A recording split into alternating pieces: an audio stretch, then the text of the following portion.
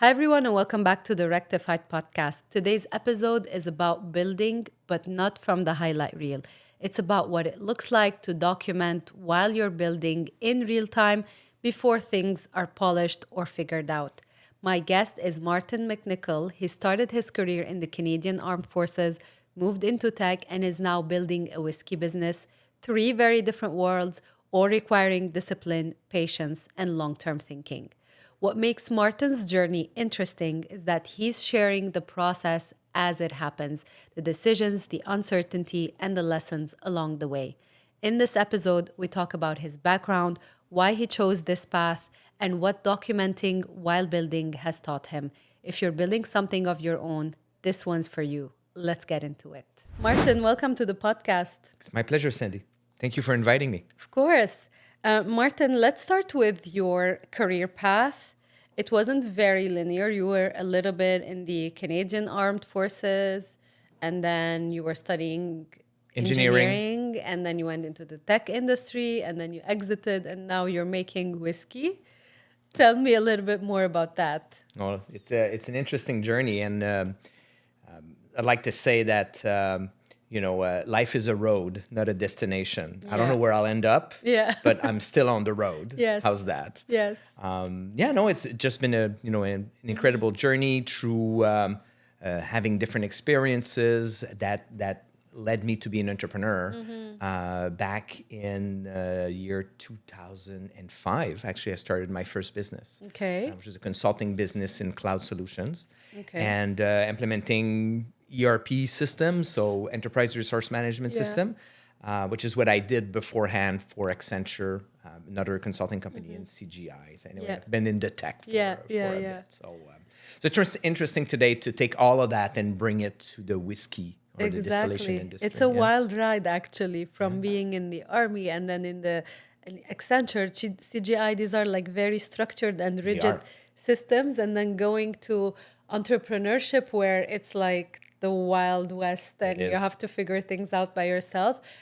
What made you start your own company like back in the days? We're going to talk about whiskey later. Before we keep going, I want to mention something. 96.3% of the people watching this are unsubscribed.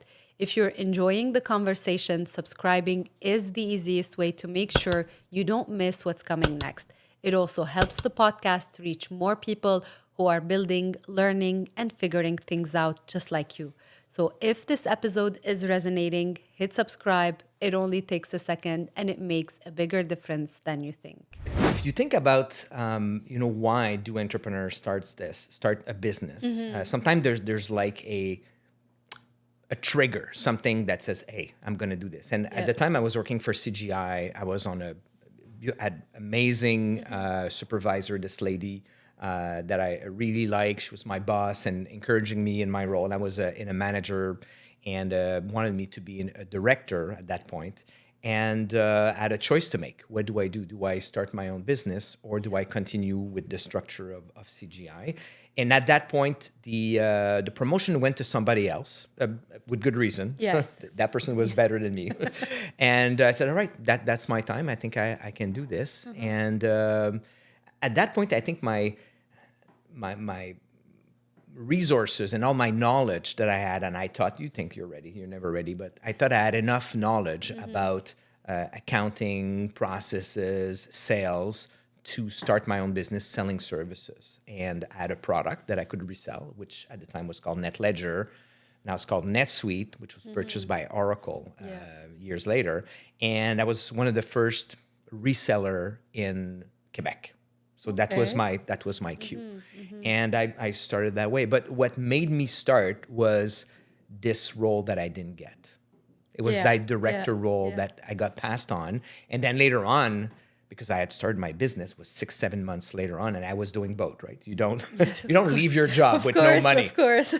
And just bought a house at that point. Yeah. And so I could do both and working hard at night to, develop the business and try to find customers. Exactly. That's the main thing.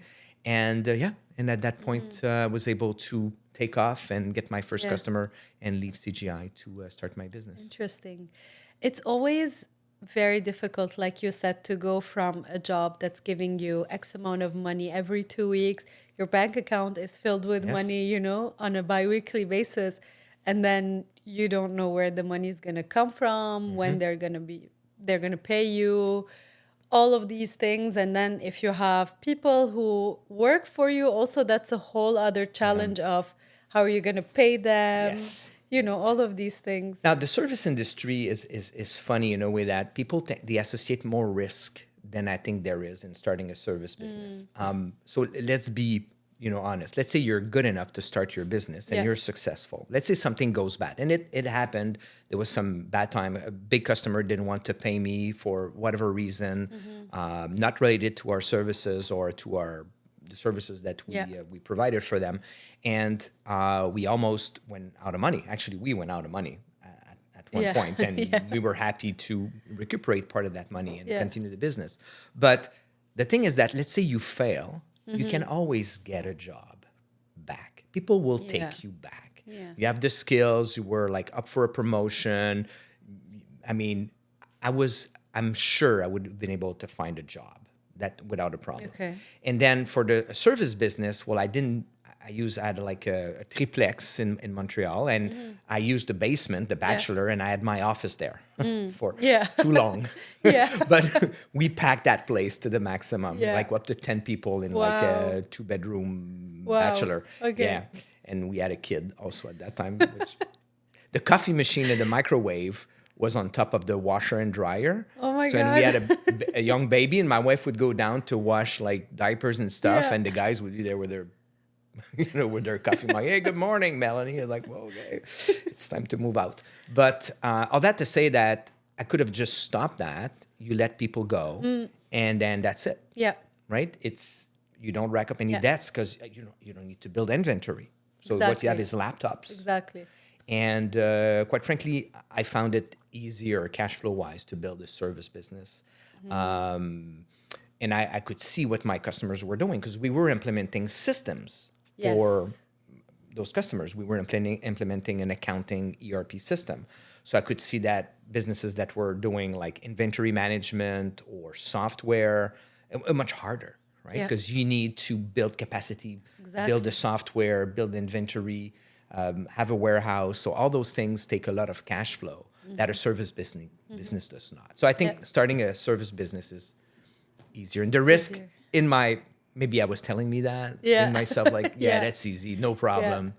But you're still stressed. Sometimes it's not easy to go back to work. You might think it is to go back to a job, let's say, because let's say it's been 5 years or 10 years that you have your own business, and when you're interviewing, they would say, why do you want to come back? Yes. What happened? And then you say, I closed it. They'll see it as a failure. So they'll say, maybe you don't know what you're doing. It's also like yes and no. So it's like a balance that needs to happen there also. I did interview people that had a business and stopped running their business, and I interviewed them for a role in my service business, and I did hire quite a few of them because they have like a sense of entrepreneurship, and you can call this intrapreneurship. They want to build things, and some of them are really good people to have in your organization.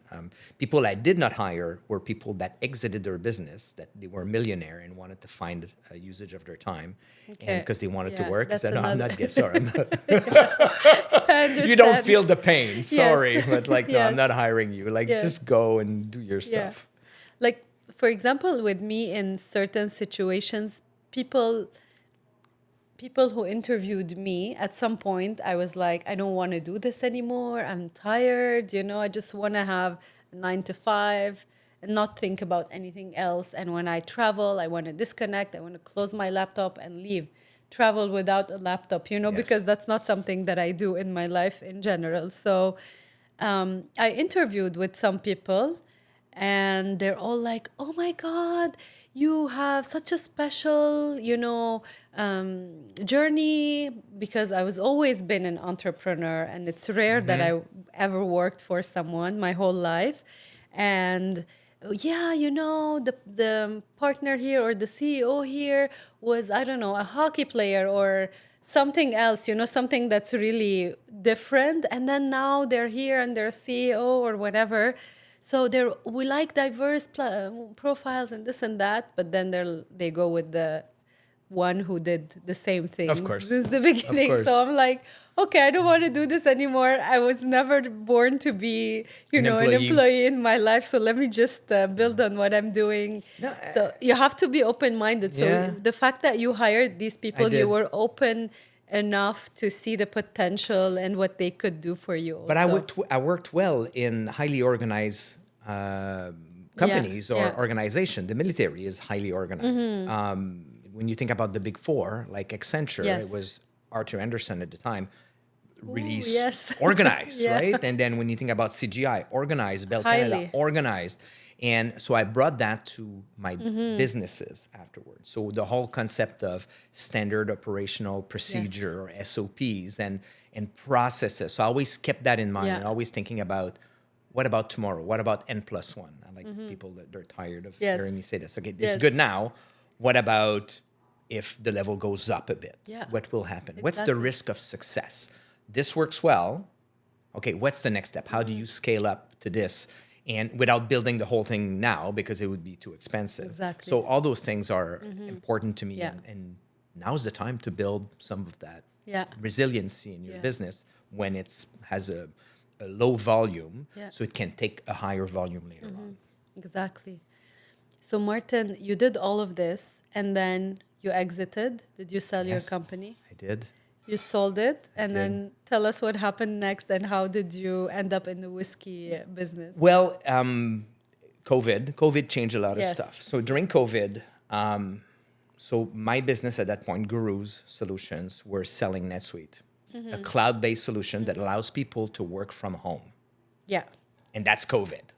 So the best time. It was the best time Yeah. ever. So we were selling via traditional means with a sales team that was getting on airplanes, going to meet clients. We had clients all over the US, more sales in the US than Canada.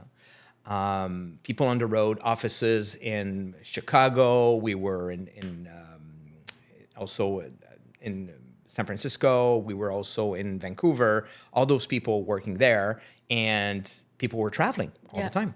All of a sudden, nobody travels. Everybody stays home. I'm doing something new this year. Every month, I'll be hosting a live 90-minute online workshop designed specifically for product-based businesses. Each workshop will focus on one topic that actually moves the needle for product founders.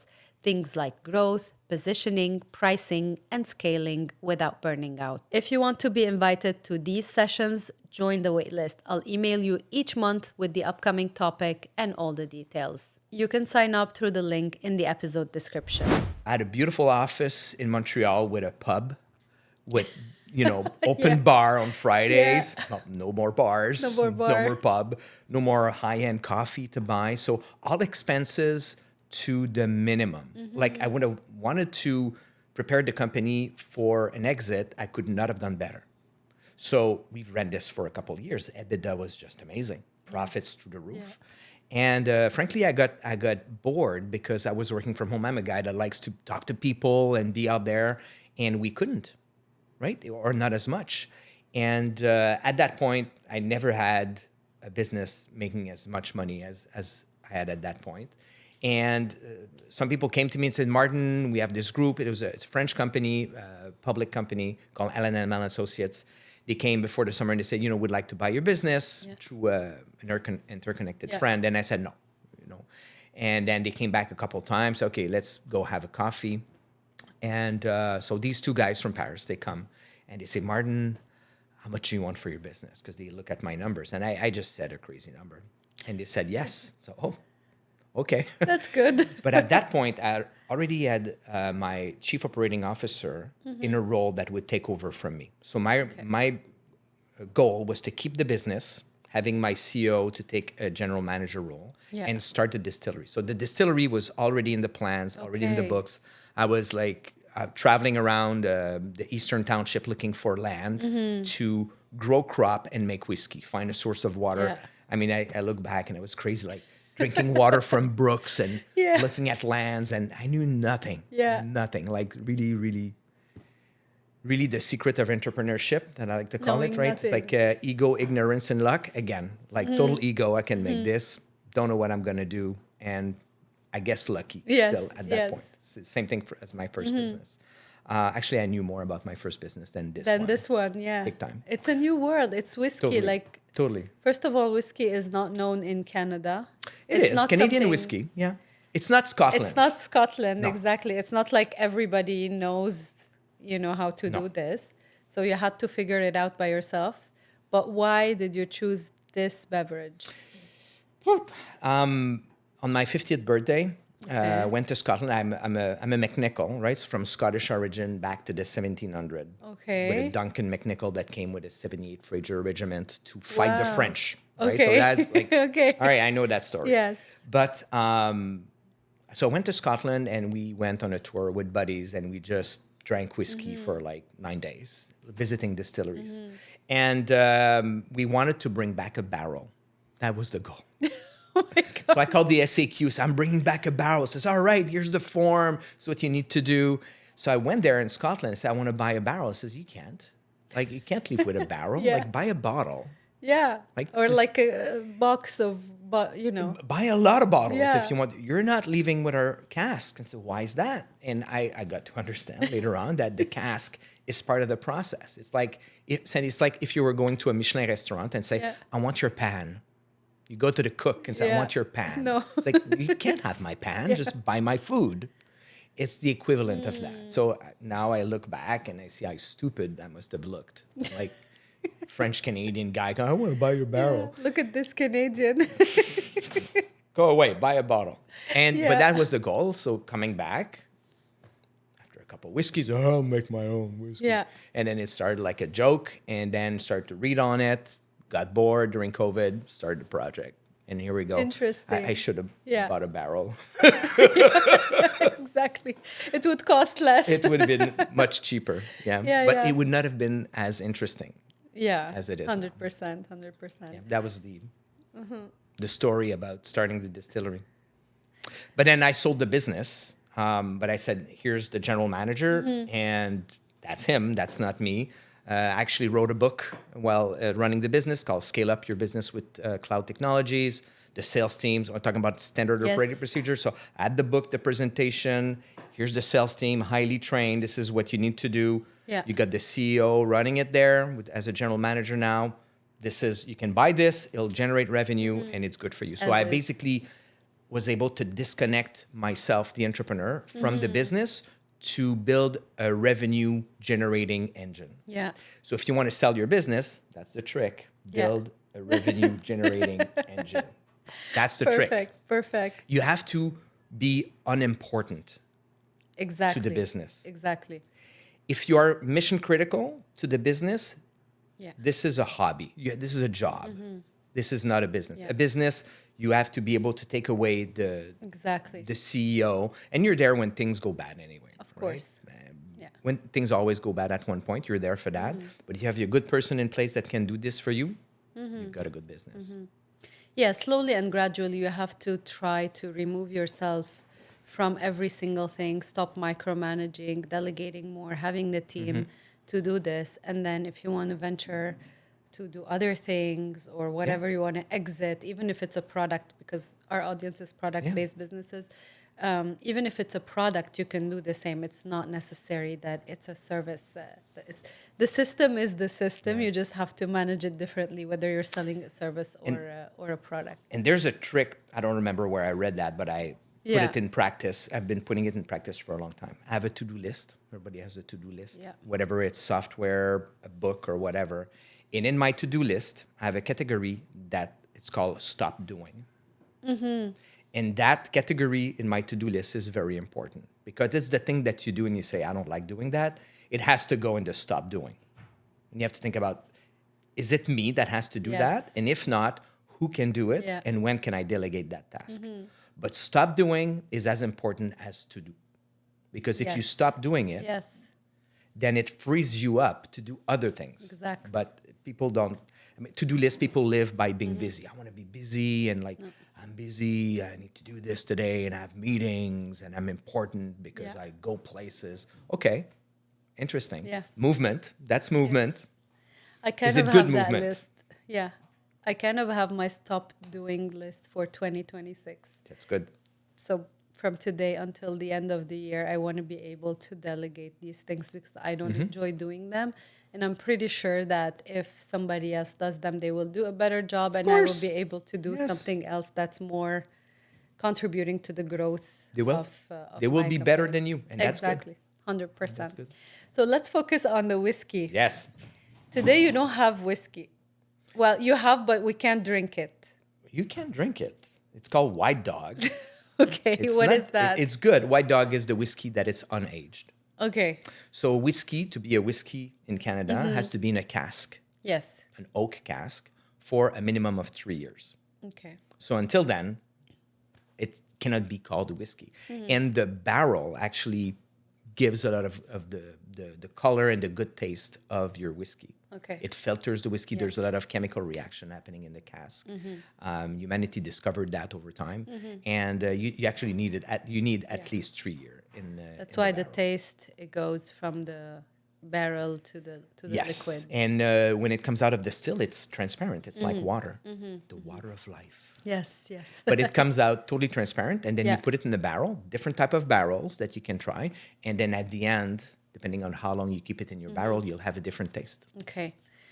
So, having said that, you don't have a product that you can sell today, You're right. but still, you're on social media and you're showing us, you're documenting every single thing you're doing, what's happening in your distillery.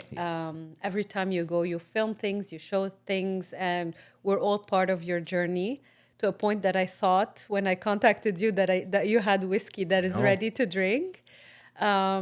So tell me a little bit more about why you're doing this and how you're doing this. So I believe that to be successful, whether it's a service or a product business, you have to be a media company. You're a media company first. Yes. That happens to sell a service or it happens to have a product and all that. And your ability to be successful in promoting your products or people to know you or your brand is going to be what makes the difference. Yeah. Right? And if people don't know about your product, well, they're not going to buy your product. Right? So you have to be out there. And there's a lot of companies that are really good at that, that are starting to understand that they have to be out there. And and so from all the experience that I had in the past, I said, all right, I'm going to be out there and explain and take people with me on the journey and explaining what we do. Yeah. So start with my phone, just like this initially. Then my daughter said, Daddy, you need a selfie stick, and then you need a selfie stick with a gimbal. And then I learned all of those things, and now somebody's filming me. Yeah. And we also have a camera crew that have been following us for 3 years, a professional camera crew. So nobody has seen that footage yet. Preparing another, I don't know what format that will take. Yeah. But we have like... Okay, I can't wait to see that. Yeah, me too. It's really, really That's different. interesting. It's going to be really different. Yeah. But we have that happening also. Yeah. So the concept is that you have to be out there and people have to see what you're doing. So we're talking about the good year and the bad year in agriculture, talking about grain, talking about the process and how we do things. Taking people along the way. Especially that the journey is quite long. It is. To make the product and to actually be able to sell it. So you're telling us the whole story, but it's going to take a long time until we're able to buy it. 2 more years before we have a whiskey product. But we're launching our first product, and I call them Waiting for the Whiskey. Yes. So there's a different brand that we have, and the products... we have a product that we're waiting on the SAQ to make a decision if they want to carry it or not. Cool. So in 2 days, we're now in January 2026 for people that are watching us. And we'll see how that goes. It's a butterscotch liquor that we created with some of the oak components in it.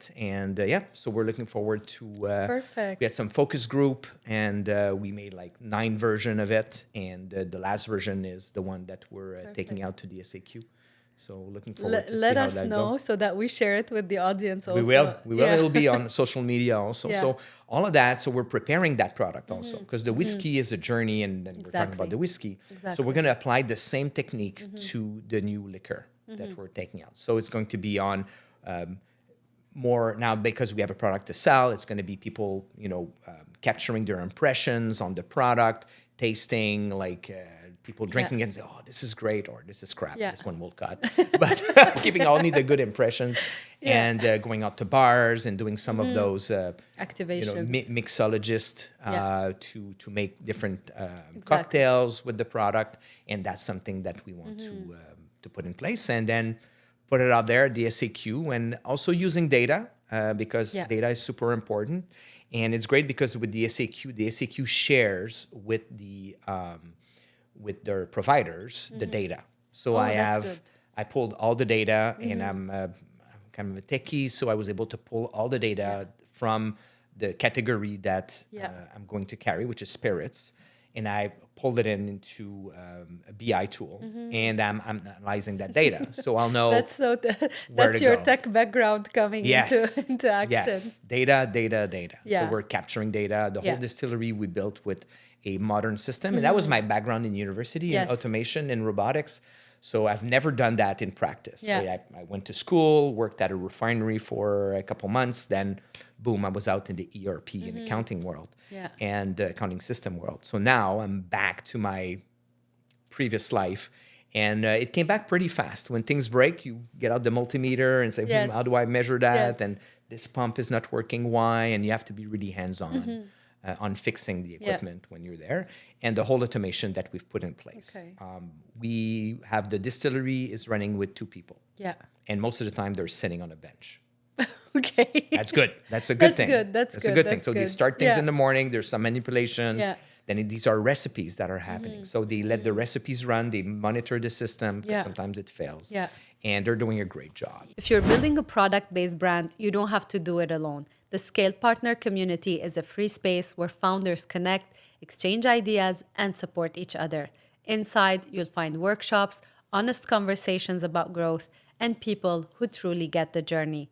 Join us for free at community.rectified.co/scalepartner. You were talking about the numbers. I talk to a lot of business owners, and I ask about certain numbers, whether it's related to sales or related to their marketing activities. And many of them fail to give me those numbers because they don't know them.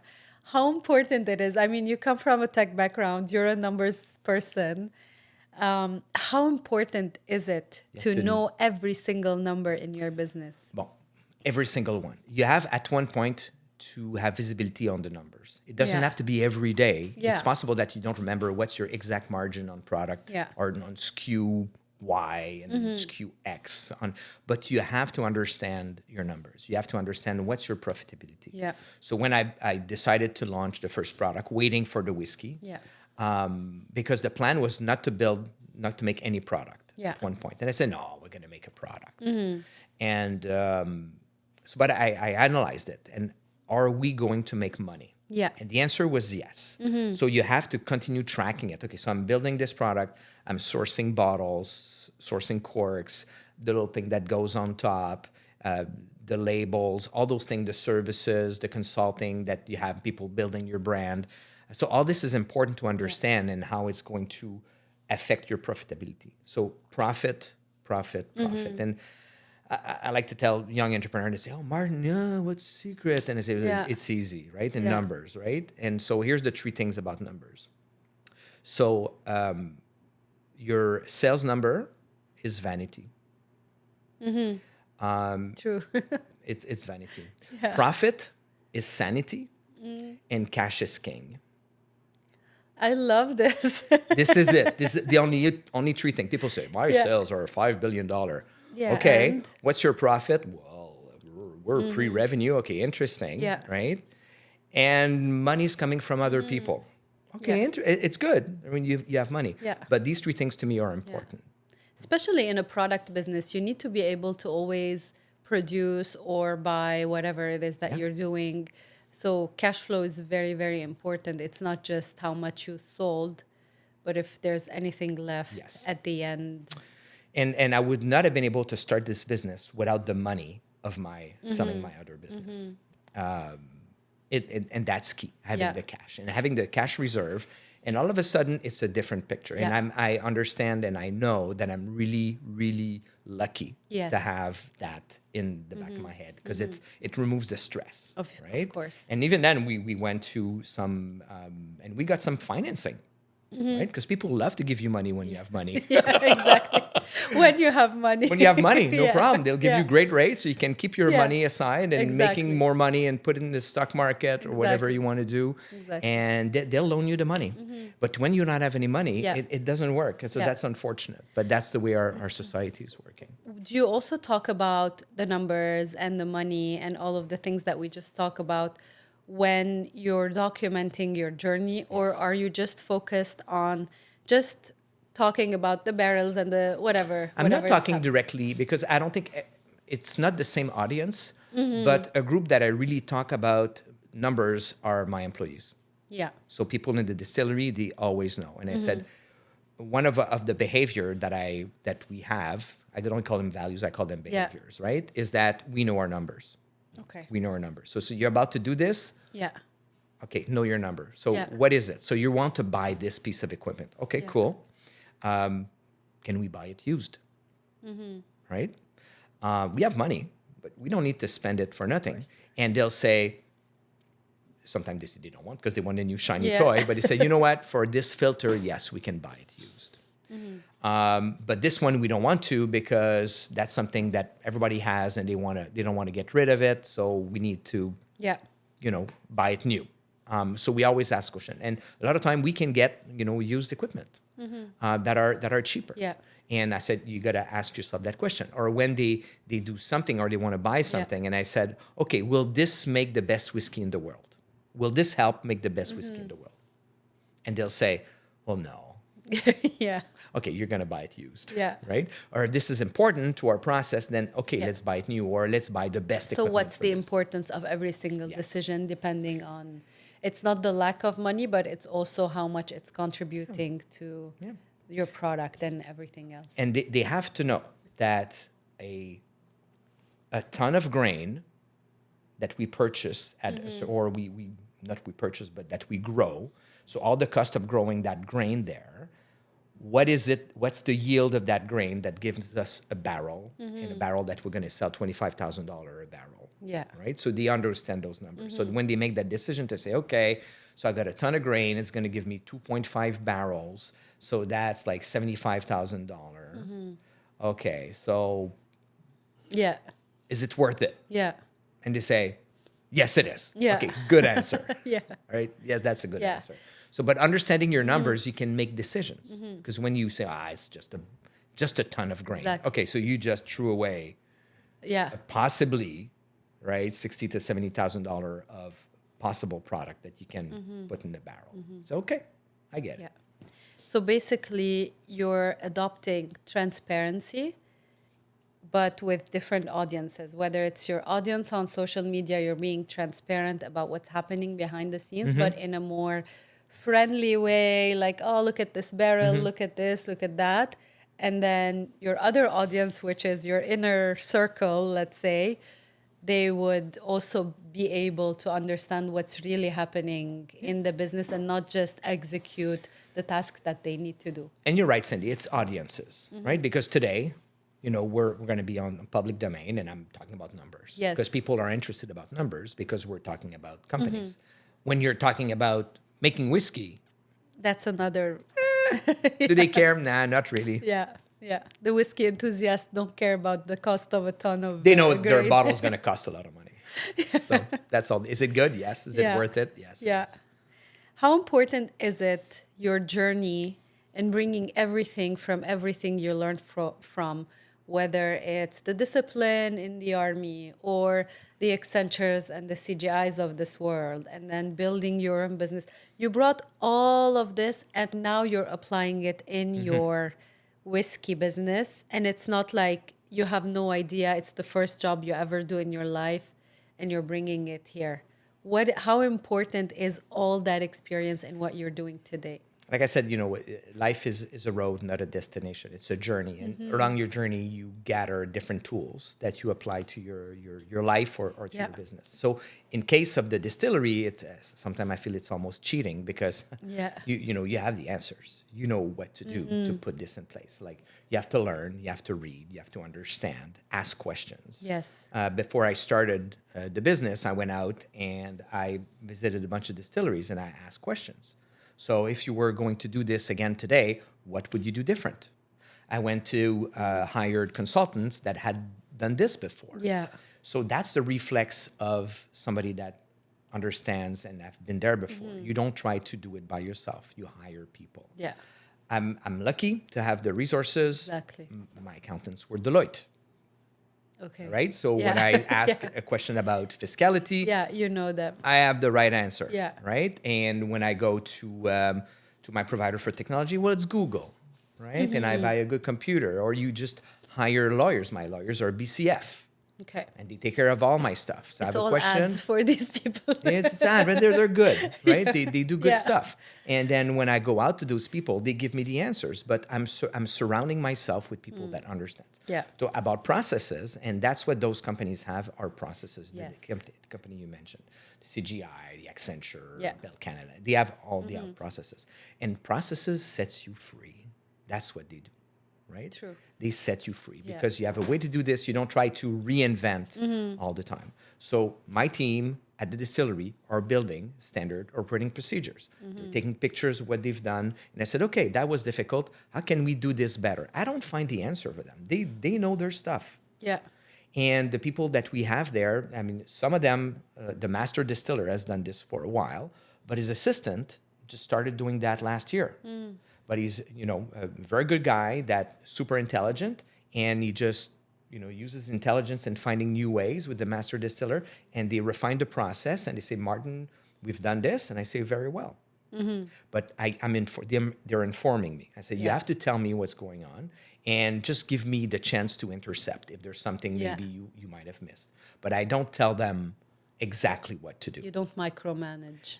You cannot. Yeah. You cannot micromanage. Yeah. At one point, you have to understand why some things are happening. As an example, last year, we were not achieving our goals in terms of throughput. So remember the question I asked to all the people about what would you have done differently? So everybody in all the distilleries that were successful, they said, I should have purchased bigger equipments. Okay. That's common answer to everybody, from breweries to distilleries, because now they're successful and they're spending tons of time to work to make the product. And they have a small still or small tanks, and it's the same time that it takes, like almost the same time to distill 4,000 liter than it is 1,000 liter. Okay.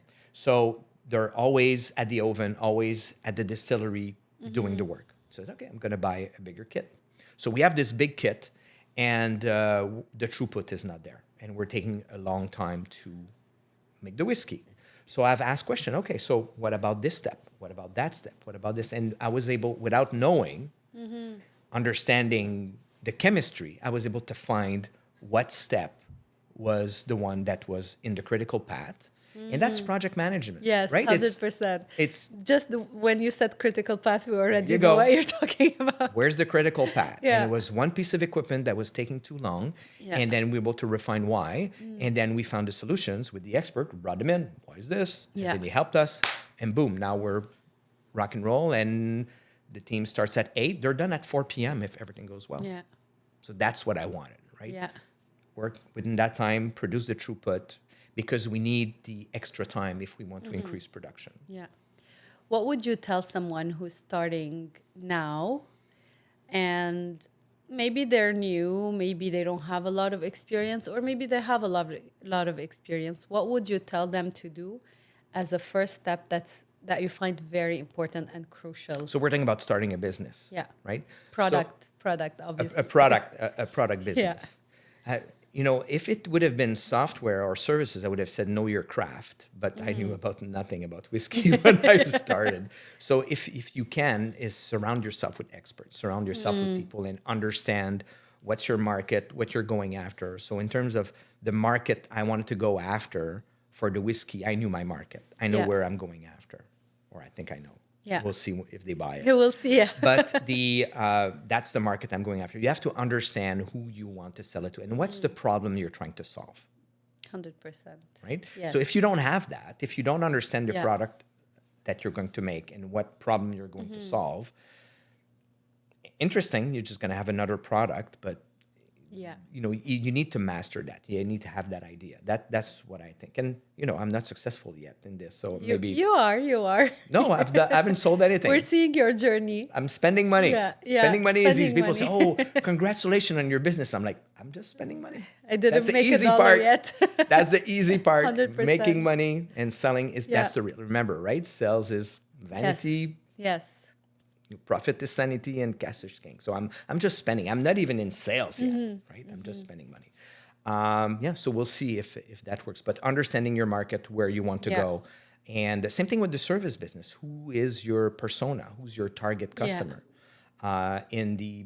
When we were in the service business selling ERP, Yeah. the CFO was a big persona, but it was also people in warehouse management, CEO, people trying to solve a problem. And at the end, we found that our main persona was actually VC firms who want to Yeah.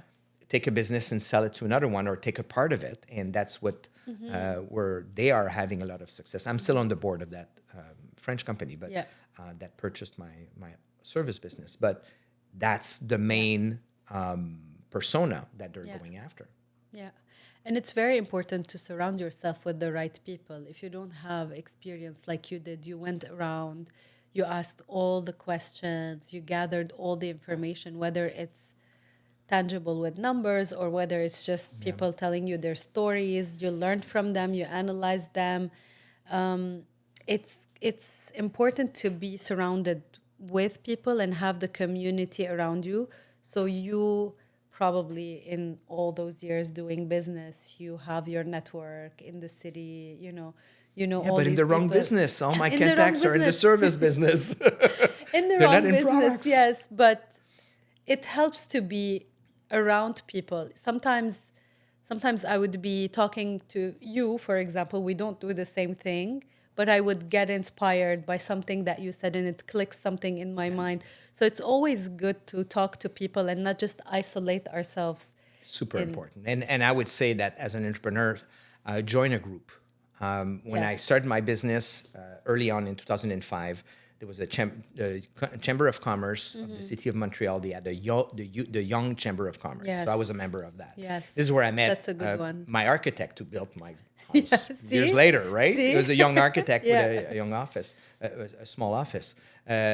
Later, I joined EO, the Entrepreneurs Yeah. Organization. Yeah. Then I joined Tech Group, or it's called Vistage in the US, where we have a group of CEO that we meet every month, like 15 CEOs. Some of them are public companies. We take a full day just to talk and share and bring problems and see what or bring successes and talk about what we would like to do with this. And it's just a great output because when you're the boss or where you're an owner, there's not many people that you can talk about stuff. Exactly. Right? You get home to your spouse.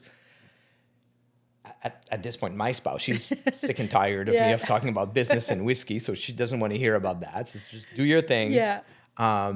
Or it could be friends or employees that are your friends. They don't want to know. You don't want to tell them about cash flow issues or the bank that's not returning your call, or maybe they are returning. They're calling you too often. Yeah. And you're wondering, who am I going to talk to about this topic that is concerning to me, and I need to talk about it. I need to find a solution or just vent. Yeah. And that's difficult. So surround yourself with those people. Find a group where you can be part of a community. Then you can express and have people to help you, because we're talking about mental health that more and more today. I think that's great. But that's a topic for presidents and CEOs, because that's difficult. Yeah. It's difficult to be the top dog, and people think that you're up there and like everything is fine and you have the answer to everything. And then I tell young people, shit goes up, not down. Yes. You would be surprised. It goes up pretty quick, and you have to deal with it. Yeah. What's one mistake you see people make when they're trying to build in public? what I think people don't build their business in public enough. I think the mistake is not doing it. I think some people, and I'm going to talk about culture also. Yeah. I'm going to talk about French, Canadian, Quebec culture versus Anglo-Canada and Americans and European, which is also Yes. Very different. very, Yeah. very different. So, but if you look at Americans, and that's my model, irrespectively of what's happening down there politically, they are amazing business people. And I've learned from them, and most of my growth have been from American companies. And what they do, they're out there and they're talking. They're talking about their product. They're talking about it. They're talking about it. Yes. And they're like, so think about it. Like you're building a new drink. Yeah. Somebody's done it before. You have competitors already. Nobody's going to steal your ideas. No. Right? So if your idea is not out there, you will not make it. Yeah. Right? You have to talk about your product. Talk and be the brand ambassador of your product from day -5. Yeah. So when it goes out in the product out there, people know about it and they've heard about it. People have heard about the Distillery des Cantons. They know about my whiskey. We have followers already. Couple hundred. It's not a lot. Like I think we have like 600 or 700 followers on our. It's good. On Facebook, and people are following us on LinkedIn. They have no choice because they're connected to me. So they have to hear about what I'm saying. And my LinkedIn network, with like 4,000 or 5,000. And then when I'm out on YouTube, I think this one is growing to like a few hundreds. So they're hearing about it. People, I already have an audience, and people are listening to what I have to say, and actually watching it from the metrics that I see. Yeah. But I have no product. It's going to be 2 more years before the first whiskey comes out. But they're going to learn, they're going to hear about the product. It's going to be out there. A lot of people say, you've been existing for a long time, right? I said, no, we don't have a product. People say, well, Distillery des Cantons, it sounds like I've heard that somewhere. It's catchy, right? Yeah. I love that brand. This is a great brand. Okay, so where can I buy your product? It's not ready yet. Oh, I'm going to watch out for it. But by the time that we have a product out there, it won't be new. No. And you will have a larger audience. You're building it hopefully from now. And people will want to buy the product. But if you don't, start early. So to answer your question, start early, talk about your product, put it out there. You might find that it's a bad idea. People will tell you, or maybe it's a great idea. Yeah. Or like a small tweak, they would tell you, why don't you do this? And then you'll get another, It will vary and it will move over time, and people will tell you. And just be out there, talk about it. And remember that the success is not on the idea. The success is on the execution. Yeah. So you might have all those ideas, and that's great. Nobody will steal your idea. Somebody will execute on an idea. So if you execute well, you'll be successful. Yeah. One last question before we wrap this up. If you were documenting this chapter for your future self, what would you want to remember about this phase? What do I want to remember about this phase? And I think it's one of the first things that I've said is that life is a road, not a destination. And it's the constant learning. And what I really enjoy right now is really learning about all the processes, learning about ethanol, learning about terroir in whiskey. And I buy books. I just read. I read all the time. I'm reading one on terroir for whiskey. So this crazy guy, he said, I love wine, I love whiskey. Now he's looking into organoleptic and chemical compounds to see if there's a terroir corresponding from wine to whiskey. Like wine. All right, you're crazy. I'm going to read your book. So, but it's reading and understanding what's out there. And that's a great journey, just learning stuff. Because when you've mastered something, you put it in your standard operating procedure and you let somebody else do it. Yes. And it's important to pass it down to somebody else to execute. You work on the new stuff. And that's your job as a brand owner and as a company owner, is to be out there. You're on a boat, you're up on the top post, and you're looking what's ahead to see what iceberg is coming in or what opportunities are out there. That's really cool. Thank you so much, Martin, for pleasure. being guest on the podcast. And to all the listeners, I'll be back next week with a new